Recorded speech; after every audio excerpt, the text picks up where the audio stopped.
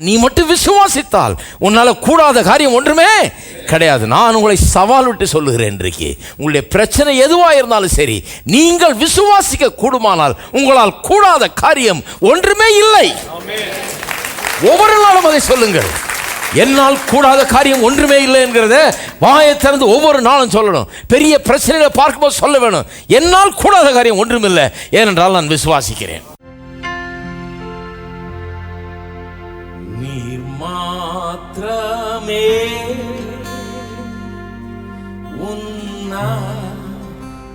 பூலோகத்தே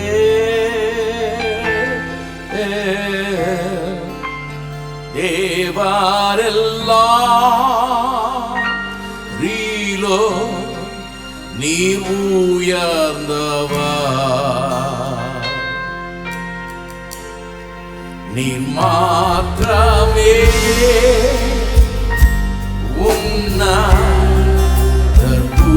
பூலோகத்தே தேவாரெல்லோ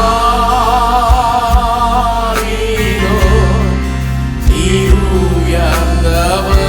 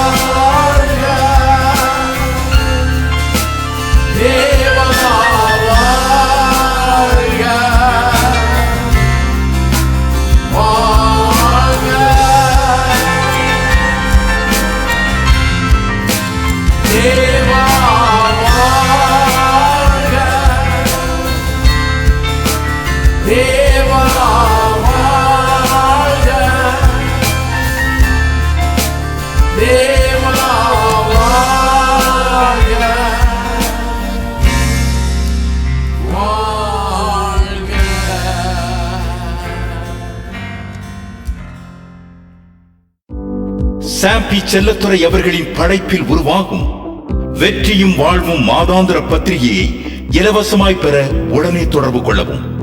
வெற்றியும் வாழ்வும், தபால் பெட்டி எண் 494, வெப்பேரி, சென்னை 7.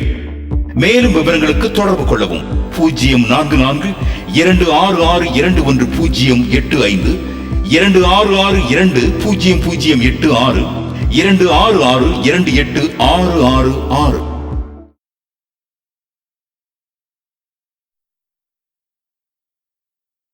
யோவான் எழுதின சுவிசேஷம் 10ஆம் அதிகாரம் 33ஆம் வசனத்திலிருந்து வாசிக்கிறேன். யூதர்கள் அவருக்கு பிரயுத்திரமாக, நற்கிரியை நிமித்தம் நாங்கள் உன்மேல் கல்லெறிகிறதில்லை. நீ மனுஷனாய் இருக்க உன்னை தேவன் என்று சொல்லி விதமாய் தேவ தூஷணம் சொல்லுகிறபடினாலே உன்மேல் கல்லெறிகிறோம் என்றார்கள். இயேசு அவர்களுக்கு பிரதியுத்தரமாக, தேவர்களாய் இருக்கிறீர்கள் என்று நான் சொன்னேன் என்பதாய் உங்கள் வேதத்தில் எழுதியிருக்கவில்லையா? தேவ வசனத்தை பெற்றுக்கொண்டவர்களை தேவர்கள் என்று அவர் சொல்லியிருக்க, வேத வாக்கியமும் தவறாததாயிருக்க, பிதாவினால் பரிசுத்தமாக்கப்பட்டும் உலகத்தில் அனுப்பப்பட்டும் இருக்கிற நான் என்னை தேவனுடைய குமாரன் என்று சொன்னதினாலே தேவ தூஷணம் சொன்னா என்று நீங்கள் சொல்லலாமா? Who we are and what we possess. நாம் யார், நமக்கு உண்டாயிருக்கிறது என்ன என்பதை குறித்து போதிக்க ஆரம்பித்தோம். இதில் முதல் பகுதியாக நீங்கள் தேவர்கள் என்பதை குறித்து கடந்த 2 வாரமாக போதித்து வருகிறேன். இந்த வாரமாக தொடர்றேன். நீங்கள் தேவர்கள். பக்கத்தில் இருக்கால பார்த்து சொல்லுங்கள், நீங்கள் தேவர்கள். பக்கத்தில் இருக்கால் ஒரு மாதிரி பார்ப்பாரு, எந்த கோயிலுக்கு தான் வந்திருக்கோம் இப்படிலாம் சொல்கிறாங்களேன்னு. அதுதான் இங்கே சப்ஜெக்ட். அதுதான் இப்போ வாசித்தோம்.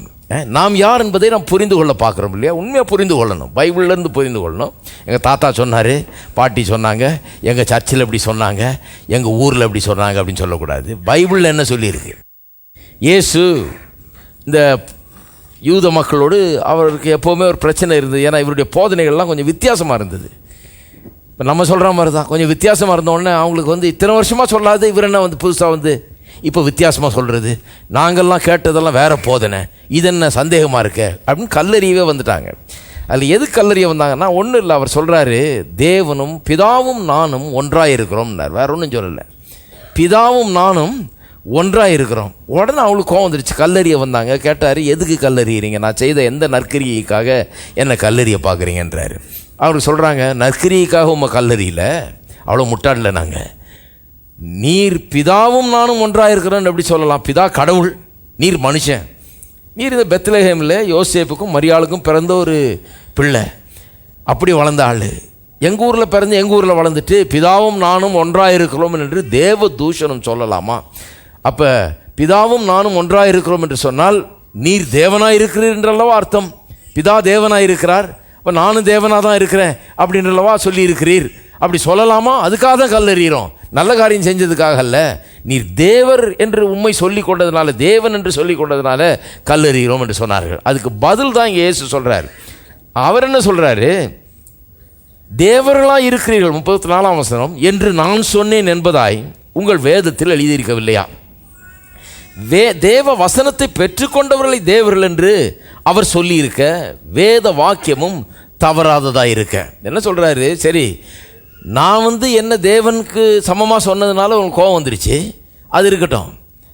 உங்களையே தேவர்கள்னு சொல்லியிருக்க பைபிளில் தெரியுமான்றாரு. ஏன்னா அவங்களுக்கு பைபிள் மேலே ரொம்ப நம்பிக்கை, பழைய ஏற்பாட்டு மேலே ரொம்ப நம்பிக்கை. அதுலேருந்து காமிச்சா அவங்க ஒத்துக்குவாங்க.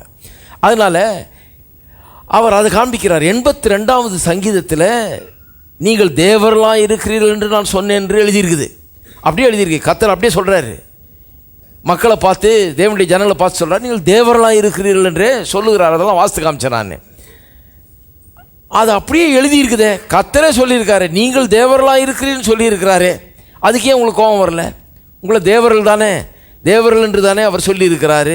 வேத வசனம் சொல்லிடுச்சு, அதில் தப்பு இருக்க முடியாதுன்றாரு. எதில் தப்பு இருக்க முடியாது? நாம் தேவர்கள்னு சொல்லியிருக்கிறதுல தப்பே இருக்க முடியாது, அது கரெக்டுன்றாரு. சொல்கிறேன் பாருங்க, மார்க் எழுதின சுவிசேஷம் 9ஆம் அதிகாரம் 23ஆம் வசனம். ஒரு பையனை கொண்டாடுறாரு இல்லையா? அந்த பையனை கொல்லும்படி இந்த அசுத்தாவி தீயிலும் தண்ணீரெலாம் அவனை தள்ளுகிறது. நீர் ஏதாவது செய்யக்கூடுமானால் எங்கள் மேல் மனதிறங்கி எங்களுக்கு உதவி செய்ய வேண்டும் என்று அந்த தகப்பன் கேட்கிறான். இயேசு அவனை நோக்கி, நீ விசுவாசிக்க கூடுமானால், சொல்கிறார் பாருங்க, சொல்கிறார், நீ விசுவாசிக்க கூடுமானால் ஆகும், விசுவாசிக்கிறவனுக்கு எல்லாம். இந்த மாதிரி பிரசங்க கேட்டிருக்கிறீங்க நீங்கள்? இதனால தான் இயேசுவை பிடிக்கல. எங்கள் கோயிலில் வேற மாதிரி பிரசங்கம் பண்ணுறாங்களே, இவர் என்ன பிரசங்கம், விசுவாசிக்கிறவனால் எல்லாம் கூடும்னு. இந்த மாதிரி பிரசங்கம்லாம் இங்கே வேணாம். அவர் அப்படி தான் பிரசங்கம் பண்ணுறாரு. அவர் என்ன சொல்கிறாரு, இது ஒன்றும் பெரிய பிரச்சனை இல்லை, வாஞ்சோல்ல பெரிய சீரியஸ் பிரச்சனைங்க. தீயில் தள்ளுது, தண்ணியில் தள்ளுது, எந்நேரம் பார்த்தாலும் சாகடிக்கிறதுக்கு ரெடியாக இருக்குது. என் பையனை போட்டு கொன்னுடலான்னு இந்த பிசாசு எத்தனை பண்ணிக்கிட்டு டெய்லி தீயிலும் தண்ணியிலும் தள்ளிக்கிட்டு இருக்குது. பயங்கர கொடிய பிசாசின் பிடியில் சிக்கி அந்த பையன் தவிச்சிட்டு இருக்கிறான். இது ரொம்ப சீரியஸ் பிரச்சனை தான். அவங்க கண்ணில் அது பெரிய பிரச்சனை. அடே அப்பா, இது இவ்வளோ பெரிய பிரச்சனை, பேய் பிடிச்சிருக்குது அப்படின்னு அவன் நினச்சிட்டு இருக்கிறான். இவர் சொல்கிறாரு, நீ விசுவாசிக்க கூடுமானார். சொல்கிறாரு, அப்பா அந்த பேய் பிசாசை விட உனக்குள்ளே இருக்கிற விசுவாசம் பெரியது. இந்த உலகத்தை ஜெயிக்கக்கூடிய விசுவாசம் அது. நீ விசுவாசிக்க கூடுமானால். அவர் சொல்கிறாரு, நீ விசுவாசிக்க கூடுமானால். பக்கத்தில் இருக்க ஆளை பார்த்து சொல்லுங்க, நீ விசுவாசிக்க கூடுமானால். நான் சொல்லுகிறேன், நீங்கள் எங்கேருந்து வந்தாலும் சரி, எவ்வளோ ஏழை குடும்பத்தில் பிறந்து எந்த கிராமத்தில் பிறந்து ஒன்றும் இல்லாமல் இருந்து வந்திருந்தாலும் சரி, நீங்கள் விசுவாசிக்க கூடுமானால். ஐயோ எனக்கு பெரிய பிரச்சனை, உங்களுக்கு தெரியாதுங்க, ஊர்லேயே இல்லாத பிரச்சனை. நான் சொல்லுகிறேன், நீ விசுவாசிக்க கூடுமானால். இயேசு இன்றைக்கு பிரசங்கம் பண்ணிக்கிட்டு இருப்பாருன்னா இந்த சபையில், இயேசு இன்னைக்கு போதிச்சு கொண்டிருப்பாருன்னா, உங்கள் பிரச்சனையை கொண்டு வந்து அவர்கிட்ட ஜெபம் பண்ணிட்டு போகலான்னு வந்தீங்கன்னா, ஏதாவது எங்களுக்கு மனம் இறங்கி ஏதாவது செய்யும்னு கேட்டீங்கன்னா அவர் என்ன சொல்லுவார், நான் உங்களுக்கு சொல்கிறேன், நீ விசுவாசிக்க கூடுமானால். அவர் சொல்றாரு, விசுவாசிக்கிறவனுக்கு எல்லாம் கூடும். விசுவாசிக்கிறவனுக்கு எல்லாம் கூடும். இதை கேட்கும்போது பாருங்க, மனுஷனுக்கு இதை கேட்கும்போது உள்ளத்தில் ஏதோ உண்டாகுது. ஏன்னா அப்படிப்பட்ட ஒரு சூப்பர்மேன் மாதிரி இருக்க முடியாதான் மனுஷனை கடவுள் உண்டாக்கி இருக்கிறார் முதல்ல. அதனால தான் கேட்கும்போது உள்ளத்தில் அப்படியே புல் அரிக்குது அப்படின்னு. எதுக்கு இந்த சூப்பர்மேன் மூவி எல்லாம் அவ்வளோ நல்லா ஓடுது கவனிச்சிருக்கீங்களா? சூப்பர்மேன் மூவியெல்லாம் இந்த செவத்துலேருந்து அந்த பில்டிங், இந்த பில்டிங்கில் அந்த பில்டிங் தாவறாங்க, இருந்து ஹெலிகாப்டர் தாவி பிடிக்கிறான், மேலேருந்து குதிக்கிறான், திறக்க முடியாத கதவை திறந்து உள்ள நுழையிறான், பிள்ளைய தூக்கிக்கிட்டே பறக்கிறான், என்னென்ன விதையெல்லாம் காமிக்கிறான் பாருங்க. அவனால் முடியாதுன்னு ஒன்றுமே கிடையாது. அதனால தான் அவன் சூப்பர்மேன். சூப்பர்மேனுங்கிறத பார்த்தீங்கன்னா பாருங்கள், நம்மள மாதிரி வயசான ஆளுங்க கூட உட்காந்து பார்க்குறாங்க நல்லா. இது சின்ன பிள்ளைகளுக்கு நினச்சக்கூடாது. நீங்கள் இந்த சூப்பர்மேன் மூவியை மட்டும் எல்லாம் பண்ணுறாங்க, எல்லாரும் உட்காந்து பார்க்குறாங்க. கோடிக்கணக்கான ரூபாய்க்கு, பல நூற்றுக்கணக்கான கோடிக்கு விற்பனையானது உலகம் முழுக்க எல்லாம் உட்காந்து ஒரு மனுஷன் தாவறதையும் பிடிக்கிறதையும் ஓடுறதையும் சாகசங்களை செய்கிறதையும் பார்க்குறாங்க. யாராலையும் முடியாத ஒரு மனுஷன் செய்கிறத பார்க்குறாங்க, காப்பாற்றுகிறத பார்க்குறாங்க, எல்லாம் பண்ணுறத பார்க்குறாங்க. ஏன் பார்க்குறாங்க? நான் சொல்கிறேன், எல்லா மனுஷருமே அப்படிதான் உண்டாக்கப்பட்டிருக்கிறார்கள். அவனை பார்க்கும்போது நான் அவனை மாதிரி இருக்கலாமே, நானும் அப்படிதானே, நான் இல்லையே அப்படின்ற ஒரு ஏக்கத்தில் தான் அதை பார்க்கிறார்கள் என்று நான் உங்களுக்கு சொல்லுகிறேன். எல்லா மனுஷருக்குமே அந்த இன்க்ளினேஷன் இருக்குது. எல்லா மனுஷருக்குமே உள்ள மனதில் ஆழத்தில் தெரியுது அவங்களுக்கு, இப்படி இருக்க தான் நான் உண்டாக்கப்பட்டிருக்கிறேன், இந்த மனுஷனை போல இருக்கப்படியாக தான் உண்டாக்கப்பட்டிருக்கிறேன், எதையும் என்னால் செய்ய முடியும். விசுவாசிக்கிறவனால் எல்லாம் கூட, என்னால் முடியாதுன்னு ஒன்றுமே கிடையாது. அதனால தான் பாருங்க, இதை பிரசங்கிக்கும் போது முடியலாம் அப்படி நின்னுக்குது, என்னமோ பண்ணுது. ஏன்னு சொன்னா, நீங்கள் அப்படித்தான் உண்டாக்கப்பட்டிருக்கிறீர்கள்.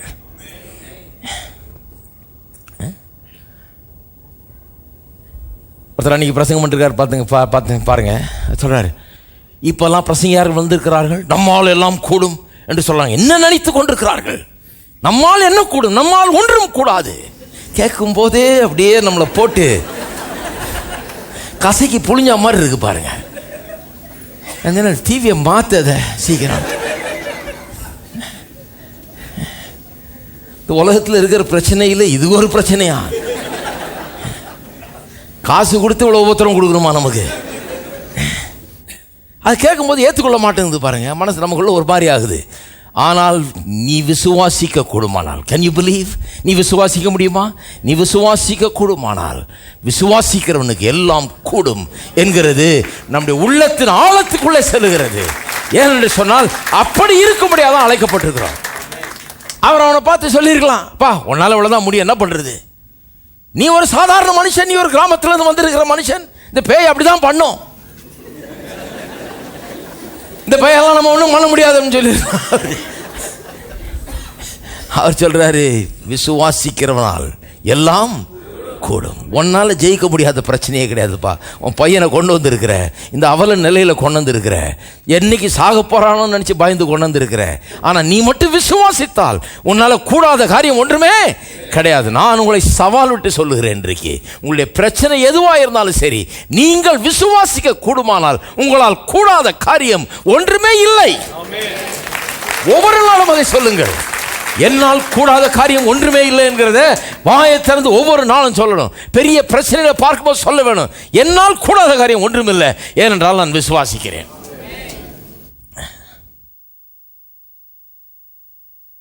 உடனே பிள்ளையின் தகப்பன், விசுவாசிக்கிறேன் ஆண்டவரே, என் அவிசுவாசம் நீங்கும்படி சொல்கிறான். விசுவாசிக்கிறேங்க, இருந்தாலும் பிரச்சனை அப்பப்போ தலை தூக்குது.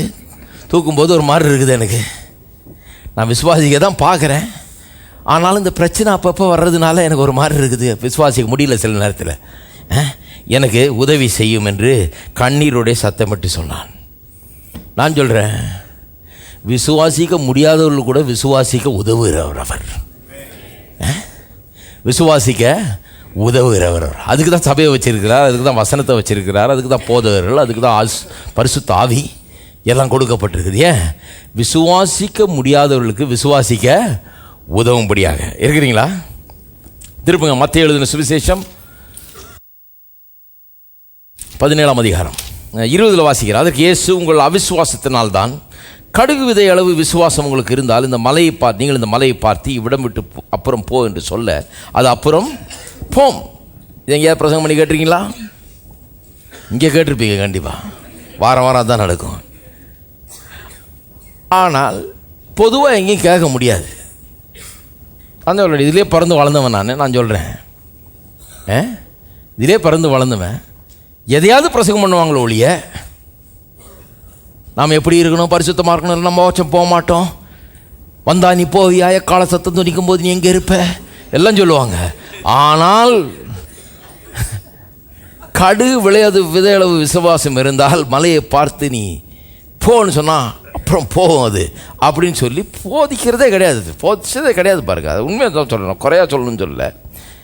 நீங்கள் கவனித்து பாருங்கள். ஏன்னா அது அவங்களால நம்ப முடியல. அவங்களுக்கு மனுஷன் சொன்னால் போயிடுமா, அது என்ன விளையாட்டாக இருக்குது, அதை விட்டுருவோம் பேசாமல், இது என்னத்துக்கு நமக்கு வம்பு அப்படின்ட்டு விட்டுறாங்க அதை. ஆனால் அதுதான் பாயிண்ட்டாங்க. நீங்கள் குட்டி தேவர்கள், ஹலோ, இந்த மலையெல்லாம் ஆண்டு கொள்ளக்கூடியவர்கள். மலையை காட்டிலும் பெரிய, மலையை காட்டிலும் கடவுள் பெரியவர், மலையை காட்டிலும் நீங்கள் பெரியவர்கள். அதுதான் சொல்ல வர்றாரு.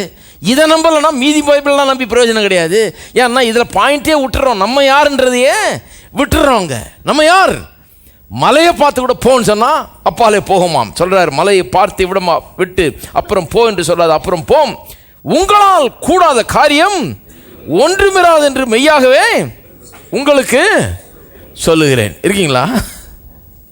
எல்லாம் சொல்லுங்க, உங்களால் கூடாத காரியம் ஒன்றும் இராது. இப்போ என்ன சொல்கிறாரு? என்ன பார்க்குறீங்க, என்னால் முடியாது ஒன்றுமே கிடையாது, என்னால் எல்லாம் முடியும். ஆனால் நான் உங்களுக்கு சொல்கிறேன், உங்களாலும் கூடாத காரியம் ஒன்றும் இராது, இருக்கவே இருக்காதுன்றார். உங்களால் முடியாத காரியம் ஒன்றுமே இருக்காது. நான் சொல்கிறேன், சவால் விட்டு சொல்கிறேன், இந்த வசனங்களை எடுத்து உங்கள் வீட்டில் பெருசு பெருசாக எழுதி மாட்டுங்க.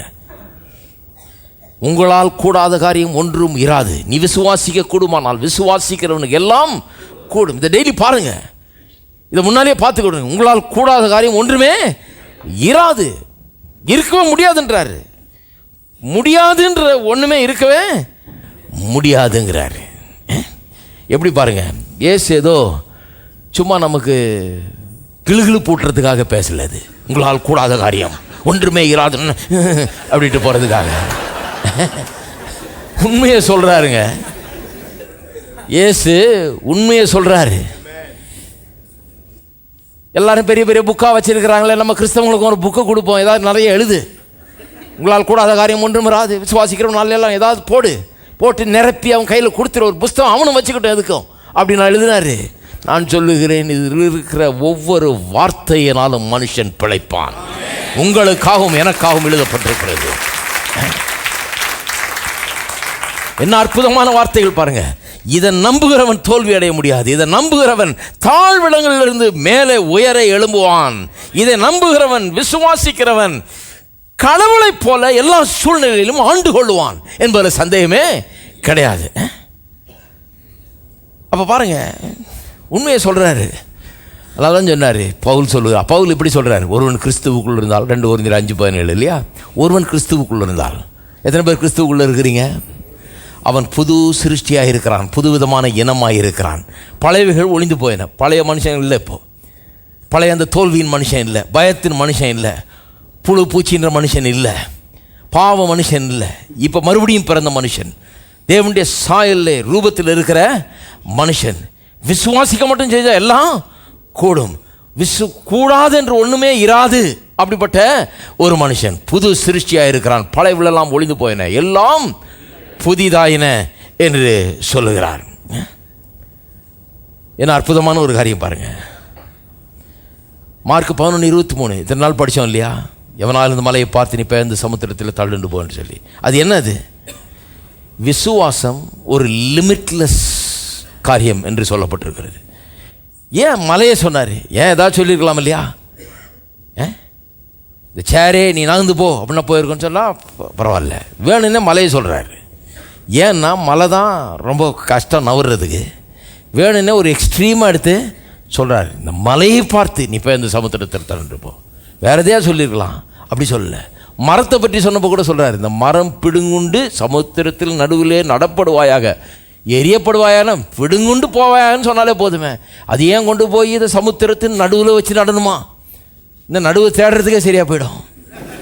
ஆனால் சொல்கிறார், ஏன் அப்படி சொல்கிறார்? எக்ஸ்ட்ரீமாக ஏன் சொல்கிறாருன்னா, முடியாதுன்னு நினைக்கிறிய நீ, அது முடியும். அதான் விசுவாசம். இந்த விசுவாசத்துக்கு எந்த லிமிட்டுமே கிடையாது. இவ்வளோதான், இதுக்கு மேலே கிடையாது அப்படின்லாம் கிடையவே கிடையாது. விசுவாசத்துக்கு எந்த விதமான வரையறு ஒரு கட்டு இது கிடையாது. இவ்வளோதான், இதுக்கு மேலே போக முடியாது என்கிறது கிடையவே கிடையாது. நான் சொல்லுகிறேன், உங்கள் வாழ்க்கையில் எல்லா விதத்திலுமே நீங்கள் உயர வேணும் என்று சொல்ல அதை விசுவாசிக்க வேணும். நிறைய பேர் சொல்லுவாங்க, உனக்கு இவ்வளோதான், இதுக்கு மேலே நீ, இதுக்கு நிறைய தீர்க்கதரிசிகள் நம்ம வீட்டிலே இருக்கிறாங்க பாருங்க. உனக்கு அவ்வளோதான்ப்பா, என்ன பண்ணுவேன் நீ வெறும் என்ன SLC படிச்சிருக்கிற, இதுக்கு மேலே நம்மலாம் எதிர்பார்க்கக்கூடாது. நம்ம என்ன ஏழை, நம்ம இந்த ஜாதி, நம்ம இந்த குலம், நமக்கு இதுக்கு மேலே வேணாம். நம்முடைய திருப்தியாக இருந்துக்கணும். இவர்கள் ஒரு விதமான தீர்க்கதரிசிகள். இவங்க சொல்லி இந்த தீர்க்க தரிசனம் நம்பினீங்கன்னா அதுதான் நடக்கும் உங்கள் வாழ்க்கையில். நான் சொல்லுகிறேன், விசுவாசத்துக்கு எந்த எல்கையும் கிடையாது. அதான் சொல்ல வர்றேன், லிமிட் கிடையாது, எந்த எல்கை கிடையாது. எல்கை அற்றது விசுவாசம். உன்னுடைய விசுவாசத்தின்படியே உனக்கு என்ன விசுவாசிக்கிறே அதான், என்ன நினைக்கிறே அதான் நடக்கும். கூடாதுன்னு ஒரு காரியம் இருக்காதுன்னு நினைச்சா இருக்காது. விசுவாசிக்கிறவனால் எல்லாம் கூடும் நினைச்சா அது அப்படியே கூடும். எல்கையே கிடையாது. அதான் எபிரேயர் 11:3 சொல்லியிருக்குது, விசுவாசத்தினால உலகங்களை தேவன் என்ன பண்ணியிருக்கிறாரு? தம்முடைய வார்த்தையினாலே உண்டாக்கினார். உலகத்தையே உண்டாக்க முடியும், ஒரு நல்ல அருமையான வாழ்க்கையை உண்டாக்க முடியாதா? விசுவாசத்துக்கு எல்கையே கிடையாது பாருங்க. அப்படிப்பட்ட விசுவாச மனிதனாக இயேசுவில் பார்க்குறீங்க பாருங்க. என்னைக்குமே முடியாதுன்னு சொன்னதே இல்லை. அவர் காற்றையும் கடலையும் பார்த்த உடனே இவங்கெல்லாம் ஐயோ நாங்கள் மடிந்து போகிறோமேன்ன உடனே அவரும் நல்லா ஜெபம் பண்ணிங்களாப்பா, இன்னும் கொஞ்சம் உபவாசம் இருக்க வேணாமா, கர்த்தர் தான் நம்ம காப்பாற்றணும் அப்படின்னாரு. எந்திரிச்சு சொன்னார், காற்றே கடலே அமைதியாயிரு, இறையாதே. விசுவாச மனிதன். நான் சொல்லுகிறேன், அப்படிப்பட்ட விசுவாச மனிதர்கள் தான் நாம். குட்டி தேவர்கள் என்று வேத வசனம் உங்களை குறித்து சொல்லி இருக்கிறது. வேத வாக்கியம் தவறாததாக இருக்கிறது. எல்லாரும் எழுந்து நிற்போம். கரங்களை உயர்த்தி கர்த்தரை ஸ்தோத்திரிப்போம். ஸ்தோத்திரம். பிதாவே, உம்மை துதிக்கிறோம், ஸ்தோத்திரிக்கிறோம். இந்த காலை வேளையிலே உமக்கு நன்றி செலுத்துகிறோம். உம்மை போல எங்களை மாற்ற வேண்டும் என்று கர்த்தாவே நீர் எங்களுக்குள்ளாக கிரியை நடப்பித்துக் கொண்டிருக்கிறது. நம்முடைய குமாரனுடைய சாயலுக்கு ஒப்பாக எங்களை மாற்ற வேண்டும் என்பது நம்முடைய நோக்கமாக இருக்கிறது. நம்முடைய வார்த்தையை கொண்டு இப்படிப்பட்ட எண்ணங்களை எங்களுக்குள்ளே வைத்து இந்த சத்தியங்களை எங்களுக்கு வெளிப்படுத்தி காண்பித்து மாற்றி கொண்டிருக்கிறபடி ஆளுக்கு ஸ்தோத்திரம். இயேசுவை போல இங்கே இருக்கிற ஒவ்வொருவரும் எழும்பட்டும். அந்த விசுவாச மனிதனைப் போல, ஜெயிக்கிற மனிதனைப் போல, ஆளுகிற மனுஷனைப் போல, அதிகாரம் செலுத்துகிற மனுஷனைப் போல, பயமில்லாத மனுஷனைப் போல, ஜெயம் கொள்ளுகிற மனுஷனைப் போல, வெற்றி சிறக்கிற மனுஷனைப் போல, அன்பும் தயமும் கிருபையும் மன உருக்கம் உள்ள மனுஷனைப் போல வல்லமை உள்ள அந்த மனுஷனை போல இங்க இருக்கிற ஒவ்வொரு மனுஷரும் உருவாகட்டும் கர்த்தாவே. உடைய வார்த்தை அப்படி அவர்களை உருவாக்குகிறபடியால் உமக்கு ஸ்தோத்திரம். எல்லா சூழ்நிலையிலும் ஜெயத்தை எடுக்கிறபடியால் உமக்கு ஸ்தோத்திரம். உமக்கே கனம் மகிமை துதியை செலுத்துகிறோம். இயேசுவின் நாமத்திலே ஜெபிக்கிறோம். ஆமென். நம்முடைய கர்த்தராகிய இயேசு கிறிஸ்துவின் கிருபையும் பிதாவாகிய தேவனுடைய அன்பும் பரிசுத்த ஆவியானவருடைய ஐக்கியமும் நம் அனைவரோடும் இன்றைக்கும் என்றைக்கும் இருப்பதாக. ஆமென். பிரச்சனை வருதா, முன்னாடி நிக்குதா, பார்த்து பேசுங்க. இயேசுவின் நாமத்தில் நீ போ. அது பெரிய பிரச்சனையா இருக்கலாம், சின்ன பிரச்சனையா இருக்கலாம், பேசுங்க, பயன்படுத்துங்க நாமத்தை. என்ன நடக்குதுன்னு பாருங்க, அங்க விசுவாசத்தோட பயன்படுத்துங்க. இயேசுவின் நாமம் தொடர் போதனைகள் வீடியோவிலும் ஆடியோவிலும் கிடைக்கிறது. தொடர்புக்கு தபால் பெட்டி எண் 494, வெப்பேரி சென்னை 7. தொலைபேசி எண்கள் 0433535996, 35359997. பேருக்கெடுத்தோடும் பேரின்பம் கொள், பேரின்பம் கொள் இந்த உள்ளமே. கர்த்தர் சமூகத்தில் நித்திய ஆனந்தம் உண்டு. பேரின்பம் பேரின்பம் கொள் இந்த உள்ளமே. கர்த்தர் சமூகத்தினில் நித்திய ஆனந்தம் உண்டு. பேரின்பம் பேரின்பம் கொள் இந்த உள்ளமே. பேருக்கெடுத்தோடும் பேரின்பம் கொள், பேரின்பம் கொள் இந்த உள்ளமே. கர்த்தர் சமூகத்தில் நித்திய ஆனந்தம் உண்டு. பேரின்பம் பேரின்பம் கொள் இந்த உள்ளமே. கர்த்தர் சமூகத்தில் நித்திய ஆனந்தம் உண்டு. பேரின்பம் பேரின்பம் கொள் இந்த உள்ளமே. பேருக்கெடுத்தோடும் பேரின்பம் கொள், பேரின்பம் கொள் இந்த உள்ளமே. கர்த்தர் சமூகத்தில் நித்திய ஆனந்தம் உண்டு. பேரின்பம் பேரின்பம் கொள் இந்த உள்ளமே. கர்த்தர் சமூகத்தில் நித்திய ஆனந்தம் உண்டு. பேரின்பம் பேரின்பம் கொள் இந்த உள்ளமே. கர்த்தர் சமூகத்தில் நித்திய ஆனந்தம் உண்டு. பேரின்பம் பேரின்பம் கொள் இந்த உள்ளமே. கர்த்தர் சமூகத்தில் நித்திய ஆனந்தம் உண்டு. பேரின்பம் பேரின்பம் கொள் இந்த உள்ளமே.